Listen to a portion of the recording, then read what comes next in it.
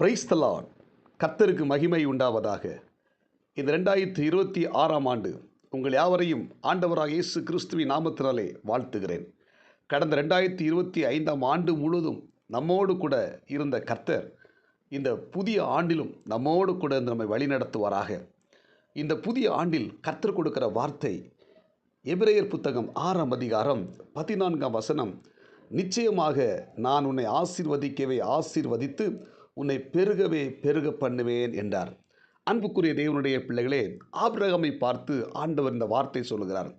ஆபிரகாமை ஆண்டவர் அழைக்கும் போது நிச்சயமாகவே நான் உன்னை ஆசீர்வதிக்கவே ஆசீர்வதித்து உன்னை பெருகவே பெருக பண்ணுவேன் என்று சொல்லுகிறார்.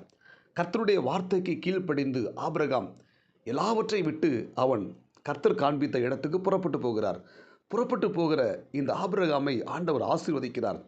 ஆனால் இந்த ஆபிரகாமுக்கு குழந்தை இல்லாமல் அவன் கஷ்டப்பட்டு கொண்டிருக்கிற அந்த காலகட்டத்திலே அவன் சரீரம் செத்துப்போன நிலைமையில் இருக்கிறான். கற்பம் செத்துப்போன நிலைமையில் இனி எப்படி பிள்ளை பெறக்கூடிய வாய்ப்பே இல்லை. ஆனாலும் கர்த்தருடைய வார்த்தை இந்த ஆபிரகாம் விசுவாசித்தார். கர்த்தருடைய வார்த்தை ஆபிரகாம் விசுவாசித்தபடினாலே ஆண்டவர் ஆபிரகாமை ஆசீர்வதித்தார், அவனை பெருக பண்ணினார். இந்த புதிய ஆண்டிலே கர்த்தர் நமக்கு கொடுத்த வாக்குத்தத்தங்கள் ஆம் என்றும் ஆமேன் என்றும் நமக்கு நிறைவேறும். எனவே இந்த ஆபிரகாமை போல கர்த்தருடைய வாக்கு தத்தங்களை நாம் விசுவாசத்தோடு கூட நாம் ஏற்றுக்கொள்ள வேண்டும், அதை விசுவாசிக்க வேண்டும். ஆபிரகாம் நீடிய பொறுமையோடு கூட கர்த்தர் கொடுத்த வார்த்தை நிறைவேறும் வரைக்கும் அவன் பொறுமையாக காத்திருந்தான்.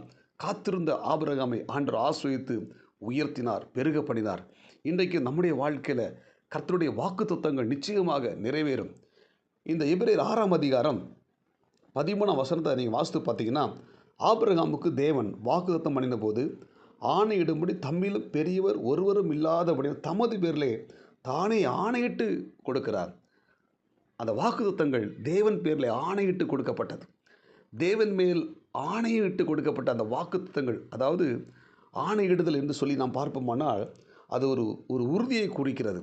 நிச்சயமாக கர்த்தர் மேல் ஆணையிட்டு கொடுக்கப்பட்டது. அன்புக்குரிய தேவனுடைய பிள்ளைகளே, இந்த 2026ஆம் ஆண்டு கொடுக்கப்பட்ட இந்த வாக்குத்தத்த வசனம் சாதாரண வசனம் அல்ல. தேவன் தன் மீது ஆணையிட்டு உங்களுக்கு கொடுக்கிறார். அதுபோல் நம்முடைய வாழ்க்கையில் கொடுக்கப்பட்ட அத்தனை வாக்குத்தத்தங்களும் தேவன் தன் மீது ஆணையிட்டு கொடுக்கப்பட்ட வாக்குத்தத்தங்கள். எனவே அவைகள் ஒன்றும் தவறாது, நிச்சயமாக நிறைவேறும். தாமதித்தாலும் காத்திரு, அது நிச்சயமாக நிறைவேறும். ஆமேன். எனவே இந்த புதிய ஆண்டில் கர்த்தர் நம்மை பெருக பண்ணுவார். குடும்பத்தில் இருக்கிற பிரச்சனைகள் மாறும், நெருக்கங்கள் நீங்கும், கடன் பாரங்கள் நீங்கும். நம்முடைய தொழிலில் ஒரு பெரிய ஆஸ்வத்தை கர்த்தர் கொடுப்பார், ஒரு பெருக்கத்தை கர்த்தர் கொடுப்பார், ஒரு உயர்வை கொடுப்பார், ஒரு மேன்மையை கொடுப்பார்.